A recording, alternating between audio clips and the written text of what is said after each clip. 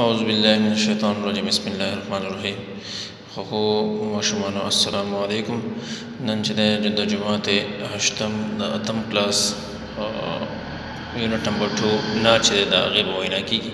پہلے ہم نعت کی ڈیفینیشن بیان کر لیتے ہیں کہ یہ نظم کا وہ حصہ ہے جس میں حضور صلی اللہ علیہ وسلم کی تعریف بیان کی گئی ہو، ان کی سیرت، ان کے اخلاق کے بارے میں کچھ کہا گیا ہو، اس کو کہتے ہیں نعت. صحیح ہے جی. اس کا پہلا شعر کچھ یوں ہے، پھر اس کے بعد دوسرا کچھ نہیں مانگتا شاہوں سے یہ شیدا تیرا، اس کی دولت ہے فقط نقش کفیفا تیرا. تو یہ سب ہوگا، لیکن اس سے پہلے ہم قافیہ اور ردیف کے بارے میں بتا دیتے ہیں. پھر اس کے بعد انشاءاللہ تعالی آپ کو بتایا جائے گا کہ مطلع کسے کہتے ہیں اور مقطع کسے کہتے ہیں. تو مطلع وہ شعر ہوتا ہے جو نظم یا غزل کا پہلا شعر ہوتا ہے، اس کو مطلع کہتے ہیں. یہ پہچان والا شعر بھی کہلاتا ہے. اچھا، اس میں قافیہ، ہم بعض الفاظ کو قافیہ کہتے ہیں، اور ردیف قافیہ کے پیچھے لگنے والا ایک لفظ جو ہوتا ہے جو سارے نظم میں ایک بار آتا ہے اور وہ لفظ چینج نہیں ہوتا اور سارے اشعار میں تقریباً یا عموماً طور موجود ہوتا ہے، اس کو ہم ردیف کہتے ہیں. شیداں، یہ جو لفظ لکھا ہے شیداں، یہ قافیہ ہے. اس سے پہلے اس کے بعد جو دوسرے مصرع میں آتا ہے کفے پا پھا، جی الف پہ ختم ہونے والے الفاظ جو ہیں یہ سارے کے سارے کیا ہیں، قافیہ ہیں. ہاں جی. ہاں، اس کے بعد یہ بھی ہے. ہاں جی، یہ ہے اس طرح اقصا، یہ سارے قافیہ ہیں. اور تیرا تیرا، یہ جتنے بھی آئے ہیں یہ سارے ردیف ہیں. صحیح ہے جی. یہ نظم احمد ندیم قاسمی نے لکھی ہیں، قاسمی ان کا تخلص ہے. صحیح ہے جی. اور مقطع والا شعر اس میں موجود نہیں ہے.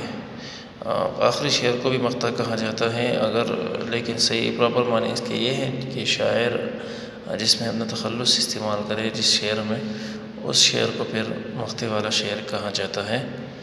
تو دو تین باتیں تو یہ ہو گئی. اس کے بعد تشریح شروع کریں گے.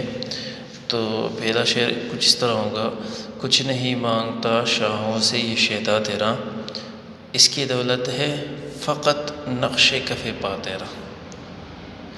تو اوپر میں نے معنی لکھے ہوئے ہیں اس کے اوپر پینسل پہ کہ شاہو بادشاہوں ہیں اور شیدا عاشق ہیں. فقط صرف ہم کہتے ہیں، اور نقش کف پا قدم کے نشاں. کف پاں کے معنی ہیں پاؤں، اور نقش تو نقشے کو کہتے ہیں. تو کف پاں یعنی پاؤں کے نیچے والا جو حصہ ہوتا ہے اس کو کف پا کہتے ہیں. ٹھیک. اچھا جی. تو اس کی تشریح کچھ یوں ہوگی. شاعر کہتا ہے احمد ندیم قاسمی کہ یہ عاشق بادشاہوں سے کچھ نہیں مانگتا، بس اس عاشق کا ارمان ہے کہ اسے صرف مدینہ منورہ کی پاک سرزمین پر پاؤں رکھنے کی توفیق مل جائے. ہاں جی. تو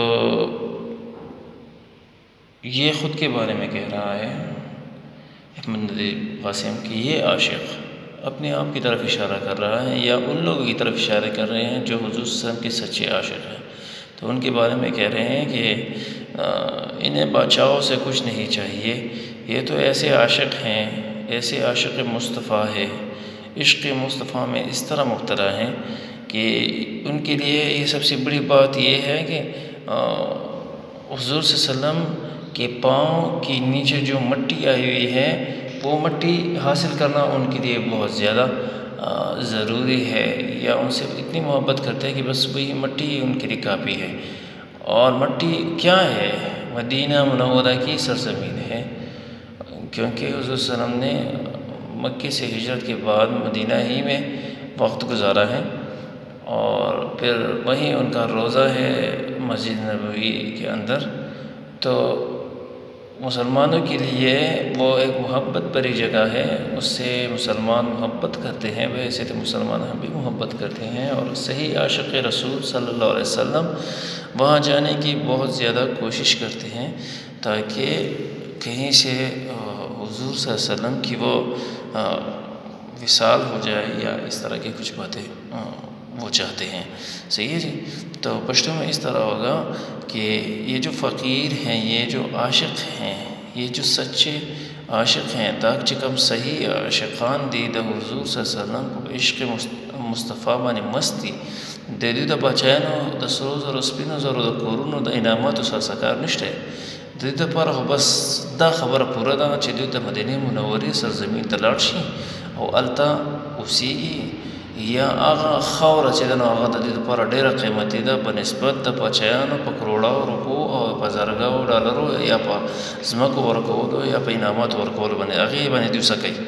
دیو چی دنو دا حضور سلام پا عشق بانی مستی نو دا حضور سلام خار تا چی دنو زان رسی. ٹھیک شو جی.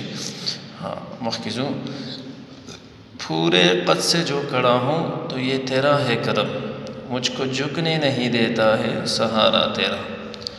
نہ قد مانا، قد کے معنی ہے لمبائی اور کرم کے معنی ہے مہربانی.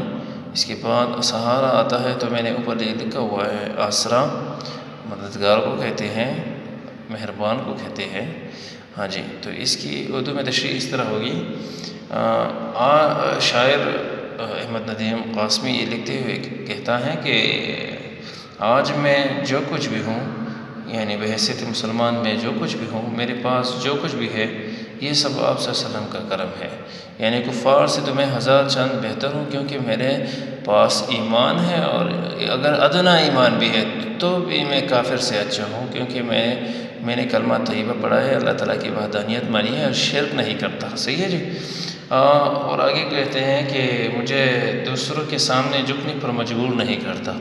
اور اسلام ایسا دین ہے کہ یہ انسان کو صرف اللہ تعالیٰ کے آگے سر بسجود کرواتا ہے اور صرف اللہ تعالیٰ کے سامنے جھکنا اسے سکھاتا ہے. باقی تمام مخلوقات کے سامنے پھر انسان نہیں جھکتا، کیونکہ اللہ تعالیٰ پر ایمان اگر ہو اور اس سے کرنے کی امید ہو کہ جو چیز یا جو بھی ہوتا ہے وہ صرف اللہ تعالیٰ کی ذات سے ہوتا ہے، اللہ تعالیٰ کی ذات کرواتا ہے، تو پھر انسان مخلوق کے سامنے نہیں جھکتا. چاہے وہ کوئی بھی بات ہو اس کے سامنے پھر وہ نہیں جھکتا اگر وہ مسلمان ہو.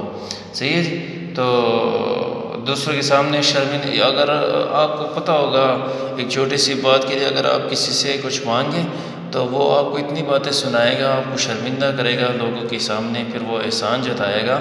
اگر کوئی کرے گا بھی ساری عمر وہ آپ کو کہے گا کہ بھئی میں نے یہ فلاں احسان آپ کے ساتھ کیا ہے، فلاں ایسا کیا ہے، اس وقت آپ کو ضرورت تھی میں نے آپ کے ساتھ وہ مدد کی ہے، یہ مدد کی ہے.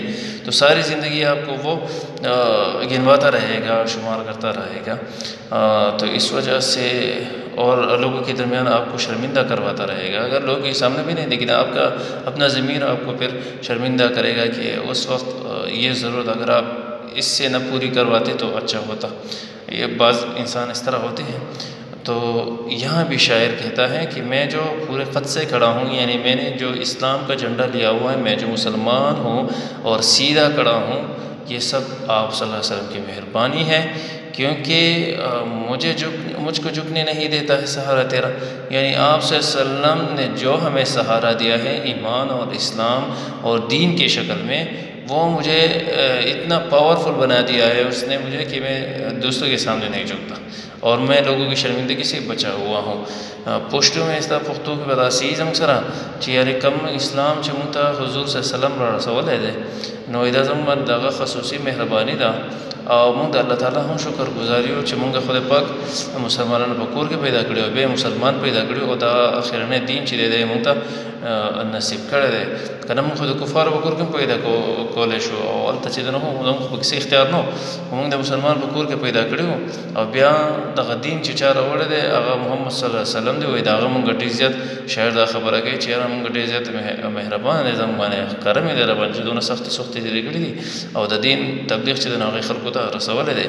نو دغه دین دی چې دې باندې ما اوس ایمان راوړی دی او زه چې دی نو د ښکته کېدو چې دی نو سب قسم مطلب دا چې زما کې سر دغه لار نه روچېږي، زه بل چا ته نه ښکته کېږم، یو الله تعالی ته عبادت کوم او هغه ته سر به سجود کېږم او چې دی نو بل چا ته نه ښکته کېږم. صحیح شو جی.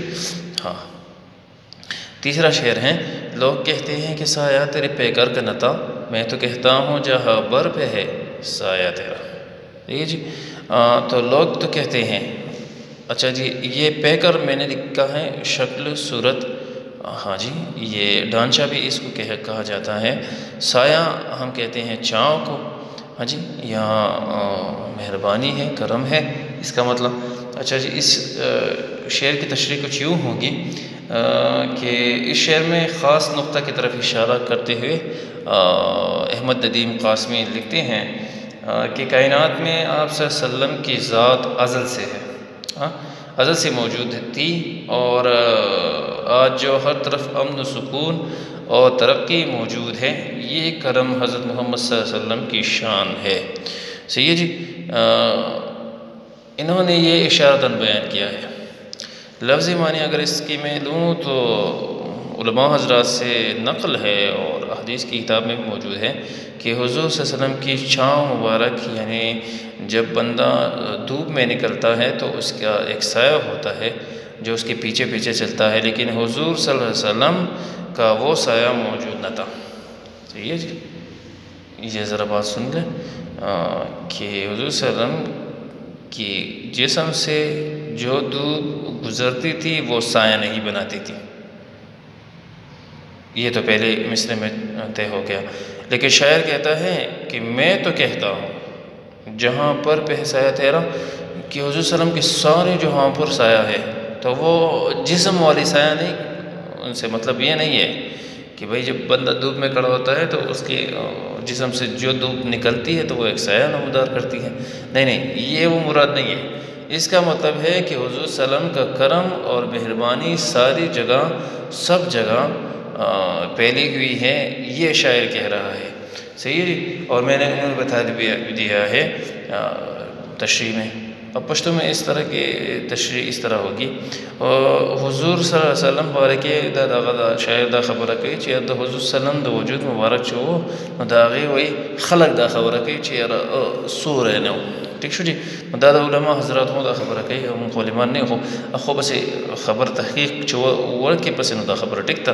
صحیح جی، دا دین علاوہ ہوئی چی میں تو کہتا ہوں جہاں بر پہ سایہ تیرا، چی خدا خبر رکھوں چی استا سایہ استا سورہ چی دن آغا پا جہاں بر باندے، یعنی پا ثابت جہاں بانے کائنات بانے، دا دین مطلب زم صدا تھا چی حضور صلی اللہ علیہ وسلم اول ہم دے آخر ہم دے، ٹھیک شو جی، دا دین مطلب زم صدا دا اسلام اغرنا او مہربانی او کرم او آغا چی دن پا ثابت جہاں بانے خور شوئے دے، ٹھیک شو جی، یعنی چی سونم نان مسلم دے اخو تباہی طرف تروان دے، سونم مسلمانان دی اگر رحم دلان دی او بچی دنو کہ ہر سمرا مطلب در وقت رپت دخبل گناہوں دلا سب دوزخ کی تیر کے خو تا عمر چی دنو اغبا یعنی تا حیاء چی دنو اغبا بدا کی نہیں پا دوزخ کی بنائی بلکہ دے چی دنو جنت تا داخلی کی، دا اللہ پاک دا سر وعدہ کرے چی دا مسلمان دے کریم ویری دا شرک نہیں دے کرے دے بخام مخان چی دنو اللہ پاک جنت تن نباسی۔ صحیح شو جی، دیکھے زمان دا خبر ڈسکس شوا خجی اخواس ہوئے دستگیری میری تنہائی میں تو نے ہی تو کی، میں تو مر جاتا اگر ساتھ نہ ہوتا تیرا، دستگیری مدد۔ تو شاعر کہتا ہے کہ میری تنہائی میں، یعنی جب میں تنہا اور لاچار تھا، ہاں جی، تو آپ صلی اللہ علیہ وسلم نے مجھے سہارا دیا، اور اگر آپ صلی اللہ علیہ وسلم میرا سہارا نہیں بنتے تو میں بے وقت مر جاتا، یہ سب آپ صلی اللہ علیہ وسلم کا احسان ہے۔ آپ کو پہلے بتایا گیا ہے کہ مکہ مدینہ اور اہل عرب کے جو حالات تھے وہ سب کے سامنے ہیں، تاریخ کی کتابوں میں موجود ہیں اور حدیث کی کتابوں میں موجود ہیں کہ یہ لوگ بیت اللہ شریف کو بھی انہوں نے نہیں چھوڑا، وہاں بھی بت موجود ہوتے تھے، بہت سارے روایات ہیں اس میں، 300 یا 300 کے اوپر بت موجود تھے، ہاں جی، اور ہر ایک کام کے لیے انہوں نے اپنا ایک دیوتا مقرر کیا تھا جن کی وہ عبادت کرتے تھے، بہت برے عادات اور رسم وہاں موجود تھے جو انسانیت کو نہیں بڑھا رہے تھے بلکہ مظلومیت اور حیوانیت کو بڑھا رہے تھے۔ صحیح ہے جی، تو احمد ندیم قاسمی خود کو مثال کے طور پر پیش کرتے ہیں اور سارے مسلمانوں کی ترجمانی کرتے ہیں کہ میں جب تنہا تھا تو آپ صلی اللہ علیہ وسلم نے میری مدد کی، میری رہنمائی کی، یعنی سارے دنیا میں اور بھی مذاہب موجود تھے لیکن حضور صلی اللہ علیہ وسلم نے مجھے اور میرے ماں باپ دادا سب کو اسلام پہنچایا، اور میں تو مر جاتا ہوں، یعنی یہاں تو مرنا تو سب کو ہے، اگر وہ کافر ہے، وہ عیسائی ہے، مسلمان ہے، تو یہ سب کو مرنا ہے، لیکن یہاں مرنے سے مراد ہلاک ہونا ہے، تباہ و برباد ہونا ہے، کہ میں تو تباہ و برباد ہو جاتا اگر حضور صلی اللہ علیہ وسلم نے میری مدد نہ کی ہوتی، یعنی دنیا آخرت میری تباہ و برباد ہو جاتی. صحیح ہے جی. پښتو کې زموږ سره دا شی دی وایي چې یاره زه به حیثیت مسلمان چې دی نو د مددګار وم، لکه مسلمان سړی نه نو زه طلبګار وم، د اسلام چې ماته داسې بهترین دین چې دی نو هغه میلاو شي، نو دا مدد زما چا وکړو، دا رهنمایي، دا مشروالی دا زما حضور صلی الله علیه وسلم وکړو. د حضور صلی الله علیه وسلم کور په کور په خلکو پسې ګرځېدلی دی او دعوت تبلیغ یې چلولی، بیا د هغه صحابه کرامو دغه کار کړی دی، بیا د هغو تابعین او تبع تابعین علما حضرات او سب پرېږي دي دا تبلیغیان حضرات تاسو نه کور په کور باندې ګرځي او د حضور سره هغه کار چې دی نو هغه شروع کړی دی، مخکې خلکو ته فارورډ کوي. یا یوازې تبلیغیان نو د دې نه علاوه دا نور هم دا څونه هم چې مولوي صاحبان دي، هر سړی په خپله خپله توګه په خپله خپله منډه تړډه باندې، که څوک په سکول کې استاد دی او که څوک بهر دی او که څوک هر ځای دی، که ګاډی والا دی، خو هغه هم د مانځه ټایم چې دا هم تبلیغ دی، ته سړي ته وایي چې یار ته راپاسه مانځه له راځه، نو دا هم د مسله تبلیغ یوه حصه ده، دا هم د حضور سلم د طریقې یوه حصه ده، چا د نیک کار ښوده، دا هم د حضور سلم اخلاق دي، د حضور سلم سنت دي، دغه کېږي، ځکه حضور سلم چاته غلط کار نه دی کړی، هغه معصوم و، چې څونه هم دا نیک کارونه دي یا صحیح کارونه دي ټول د حضور سلم سنت دي. صحیح شو جي. زیاتر د موجوده دنیا نه خو زیاتر ټیک شو جي، لکه صدقه اوس هم څوک ورکوي نه، صدقه ورته کړې ده، دا دغه سنت دي. ټیک شو جي. دا غونډې خبرې دي پکې نه وایي چې یاره زما حضور سلام چې دی نو هغه هر په کوم مدد وکړو، دستګیري وکړه، رهنمایي وکړه، او وایي زه خو به هلاک شوم او په دواړو جهانو کې که د حضور سلام مدد ماته نه وي میلاو شوی، هلاک کېدم مطلب دا دی تباه و برباد شوم، دوزخ ته تلم، ځکه چې زه خو به نن مسلم پاتې شوم. صحیح شو جي. ورپسې شعر کې څه وایي، وایي چې اب بھی ظلمات فروشوں کو گلا ہے تجھ سے، رات باقی تھی کہ سورج نکل آیا تیرا. صحیح ہے جی. تو ظلمات ہم کہتے ہیں تاریکیوں کو، اور فروش کی جمع ہے، فروش ہم کہتے ہیں فروخت کرنے والے، اور گلا تو شکوہ کو کہتے ہیں، شکایت کو کہتے ہیں. اور یہ رات باقی تھی کہ سورج نکل آیا، رات ان ایام، ان دنوں، ان عرصے کو کہا جاتا ہے جس میں کفر تھا. صحیح ہے جی. اور سورج اور حضور صلی اللہ علیہ وسلم کی شخصیت مبارک کو یہاں تشبیہ دی گئی ہے سورج سے، کہ جب ایمان یا اسلام آیا ہے اور اللہ تعالیٰ کے احکام زمین پر آئے ہیں، اللہ تعالیٰ کی وحدانیت کے بارے میں باتیں شروع ہوئی ہے، تو جو ظلمات فروش تھے، یعنی جو کافر تھے، وہ گلا کرتے تھے کہ یہ کیا ہو گیا. آپ کو مثالیں بھی واضح ہیں کہ فتح مکہ کہ اس سے پہلے مسلمانوں کی کیا حالت تھی، یا مکہ میں جب اسلام نیا نیا شروع ہوا تھا تو مسلمانوں پر بہت سارے مظالم اٹھائے گئے. ہاں جی. مظالم کیے گئے، ان کے ساتھ بہت زیادہ ان کو غلاموں کو مارا گیا، یا جو لوگ مسلمان ہوئے تھے سب کو مارا گیا، سب کو بہت پیٹا گیا. اگلے انشاءاللہ تیسرے سبق میں چوتھے سبق میں عثمان غنی رضی اللہ عنہ کے بارے میں کچھ باتیں ہیں. ان کے چچا نے ان کو خوب مارا ہے اسلام میں داخل ہوتے ہوئے کہ نہیں، وہ تو بڑے بزرگ آدمی تھے، جب اسلام میں داخل ہوئے تھے تو ان کی عمر بہت زیادہ تھی، لیکن پھر بھی ان کے چچا نے انہیں بہت زیادہ مارا کہ آپ نے اسلام کیوں قبول کیا. ہاں جی. اس طرح اور بھی بہت سارے واقعات ہیں. یہ تو شرفاء تھے عثمان علیہ السلام یا اور لوگ، ان کو اتنی تکلیف پہنچی ہے. بکر صدیق علیہ السلام کا جینا انہوں نے ان کفار مکہ نے حرام کر دیا تھا. وہ بہت ہی امیر تھے، تجارت کرتے تھے، لیکن پھر بھی وہ حضور صلی اللہ علیہ وسلم کا دوست ہونے اور اسلام قبول کرنے کے ساتھ ساتھ ان کو پتہ چلا تھا کفار مکہ کو، تو انہوں نے ان کو بہت ستایا ہے. تو کفار مکہ کے بہت سارے مظالم ہیں، اور یہ ظلمات فروش لوگ تھے، تو ان کو گلا تھا حضور صلی اللہ علیہ وسلم سے کہ حضور صلی اللہ علیہ وسلم یہ اسلام جو لائے ہیں، یہ دین جو لائے ہیں، انہوں نے ان کا بیڑا غرق کر دیا ہے کفر کا. اور جو ان کے رسم و رواج آ رہے تھے، جو وہ عبادت کرتے تھے، وہ 100 سال سے بھی زیادہ تھے، 200 300 400 سال سے بھی زیادہ تھے. یعنی وہ کافی عمر سے تھے. ایگزیکٹ وقت کسی کو نہیں پتہ کہ عیسیٰ علیہ السلام کے بعد یہ کفر شروع ہوا تھا. ہاں جی. تو وہاں سے یہ تھا سارے عرب میں. تو وسلم جب آئے ہیں تو ان کی وہ پرانی عبادتیں جو ان کے باپ دادا کرتے تھے وہ سارے ختم، اور ایک نئی بات شروع ہوئی کہ لا الہ الا اللہ محمد رسول اللہ، یعنی اللہ تعالیٰ پر ایمان لے آؤ اور رسول صلی اللہ علیہ وسلم کو آخری نبی مانو. صحیح ہے جی. تو اس کی تشریح کچھ یوں ہوگی، میں نے بہت ساری تو کر دی ہے، اگر آپ اس کی لفظ بلفظ کریں گے تو یہ اس طرح ہوگی. شعر میں کہتا ہے، اچھا جی، شاعر کہہ رہا ہے کہ جو لوگ اندھیروں کو پھیلانے والے تھے سب پریشان گلا مند ہے، یعنی شفا کر رہے ہیں، کیونکہ ابھی رات باقی تھی کہ سورج نکل آئی. وہ میں نے آپ کو بتا دیا کہ سورج کسے کہتے ہیں اور رات اب سے کیا مراد ہے شاعر کی، یعنی جہالت کے اندھیروں میں آپ صلی اللہ علیہ وسلم نے روشنی کا چراغ روشن کیا اور ظلم کیے کرنے والے ختم ہو گئے. یہ تو ان کی تشریح ہو گئی. تو میں نے انہوں نے بتا دیا کہ پھر ظلم کس طرح ختم ہوا، اسلام داخل ہوا. اسلام جب یہ لوگ لے آئے ہیں تو وہ ہی سعودی عرب کے لوگ وہ عرب کے لوگ جو کفر میں مبتلا تھے اور ایک دوسرے کے خون کے پیاسے تھے، اب وہ ان کے لیے ایک دوسرے کے لیے قربانی دے رہے ہیں. صحیح ہے جی. تو یہ اس طرح ہوگا، پشتو میں اس طرح ہوگا کہ سونہم دا کافران چون اغسو دا ظلمات دا کافران سر تشبیه د کړي د چې رسولهم کفرونو هغه په ډېر ترقۍ سره روانو، چې کله د وسلم دین چې دی نو هغه راغی نو دوی شکوي شکایتونه د هغې مختلف قسم شکلونه تاسو ته بیان شول، په مسلمانانو باندې ظلمونه شروع کړل. دا چې دی دا خبر نه منلو چې نه منو دا زموږ د پلار دین چې دی نو هغې ته دوی بد وایي او چې دا غلط دی او نوی دین راغلی دی، موږ دا نه منو، موږ د خپل پلار دین چې دی نو هغه منو. داسې نو دغه ګیلې شکوې به یې کولې. نو د شاته لاندې ته بیانېږي چې هر دا ګیلې شکوې داسې کېدې چې حضور صلی الله علیه وسلم مثال یې په انور ورکړی دی او رات چې دی نو په هغه کې تیارۍ عموما نو هغه د هغه کفر د هغه شپې سره اغستې ده. ٹھیک شو جی. مخکې ځو. ایک بار پھر بھی یثرب سے فلسطین میں راستہ دیکھتی ہے مسجد اقصیٰ تیرا. ایک بار اور بھی یثرب سے فلسطین، یثرب مدینے کا پرانا نام ہے یثرب، اور فلسطین ابھی اسرائیل میں ہے، اسرائیل کے قبضے میں ہے اسرائیلیوں کے، اور مسجد اقصیٰ بھی وہاں موجود ہے. مسلمانوں کا پہلا قبلہ بھی مسجد اقصیٰ ہی ہے.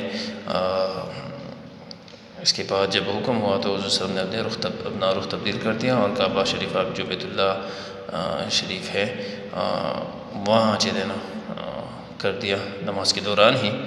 تو 10 صحابہ کرام ایسے تھے جو حضور صلی اللہ علیہ وسلم کے ساتھ اسی نماز میں ہی انہوں نے رخ تبدیل کر دیا. ان کے بارے میں اللہ تعالیٰ کا حکم ہے کہ ان سب کو جنت کی بشارت دے دی جائے، اور اشرہ مبشرہ ہم ان کو کہتے ہیں جی 10 خوش نصیب جنہیں دنیا میں ہی اللہ تعالیٰ کی رضا حاصل ہوئی ہے اور جنت کی بشارت دی گئی ہے. صحیح ہے جی.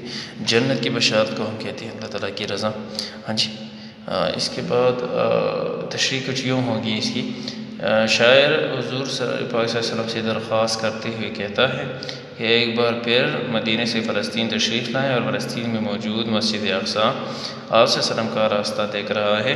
اس شعر میں معراج کی واقعہ کی طرف اشارہ کیا گیا ہے، شب معراج کے بارے میں، کیونکہ حضور صلی اللہ علیہ وسلم معراج کے لیے مسجد اقصیٰ سے تشریف لے گئے تھے، یعنی اپنے گھر سے اٹھا کر مسجد اقصیٰ، اور پھر مسجد اقصیٰ سے جبرائیل علیہ السلام اور آپ صلی اللہ علیہ وسلم آسمانوں کی سفر پر، اس کے بعد آسمانوں سے وہ جو ہے پہلا، دوسرا، تیسرا، چوتھا، پانچواں، چھٹا اور ساتویں آسمان کے بعد پھر سدرۃ المنتہا، اس کے بعد عرش. یہ سب آتے ہوئے بہت سارے اعمال علیہ السلام پر جو ہے وہ فرض کی گئی کہ آپ کی امت کو اپنے بتایا کہ یہ فرض تو نماز اس میں ہے. اچھا. اس کے بعد جنت اور دوزخ بھی دکھایا گیا. یہ معراج بعض دفعہ آپ صلی اللہ علیہ وسلم نے اس طرح کیا ہے، یہ جو ایک دفعہ اس طرح کیا ہے، اور احادیث میں موجود ہیں کہ باقی جو معراج ہے بہت سارے ہوئے جنت و دوزخ کی الگ الگ اوقات میں، تو وہ نیند میں ہوئی ہے، خواب کی صورت میں ہوئی ہے. تو کوئی یہ اس میں شک و شبہ نہیں کر سکتا. میں انشاءاللہ مولانا محمد ادریس صاحب کی ایک ویڈیو لنک اس کے ساتھ اٹیچ کر دوں گا. وہ پارٹ 1 2 3 پر مشتمل ہے. تو جب آپ پشتو میں وہ ہوگی، جب آپ اس میں انٹر کریں گے تو انشاءاللہ وہ پہلا حصہ، پھر اس کے بعد دوسرا، پھر اس کے بعد تیسرا، یا اگر ایک حصے میں مجھے مل جائے تو میں وہ لنک انشاءاللہ اس کے ساتھ اٹیچ کر دوں گا. صحیح ہے جی. پښتو کې به زموږ سره داسې شي چې د دې شاعر احمد ندیم قاسمي چې دی نو د حضور صلی الله علیه وسلم هغه واقعي طرف ته شي معراج طرف ته چې دی نو هغې طرف ته اشاره ده چې یو پېره بیا چې دی نو د مدینې نه فلسطین طرف ته راشه او د مسجد اقصی هغه لارې چې دی نو هغه ته بیا یادوي نو حضور سره هغه غونډه او قصه دا واقع پکې زموږ سره چې دی نو داسې قسمه شعر ته موږ تلمیح والا شعر هم وایو ښه دې کې زموږ سره واقعي طرف ته اشارې تو داسې شعر چې هغې کې زموږ سره نو داسې شعر چې هغې کې زموږ سره د واقعي طرف ته اشاره وي او د یو لفظ یا د یو مصرې یا د یوې کړۍ نه موږ ته چې دی نو یو غټه واقعه چې دی نو هغه په یاد باندې راشي نو داسې شعر ته موږ تلمیح والا شعر وایو صحیح شو جي دا زموږ سره احمد ندیم قاسمي لیکلی دی دې کې نور څه خاص خبر نشته په دغه ځای باندې چې دی نو موږ خپل اختتام وکړو اچھا جی اللہ حافظ السلام علیکم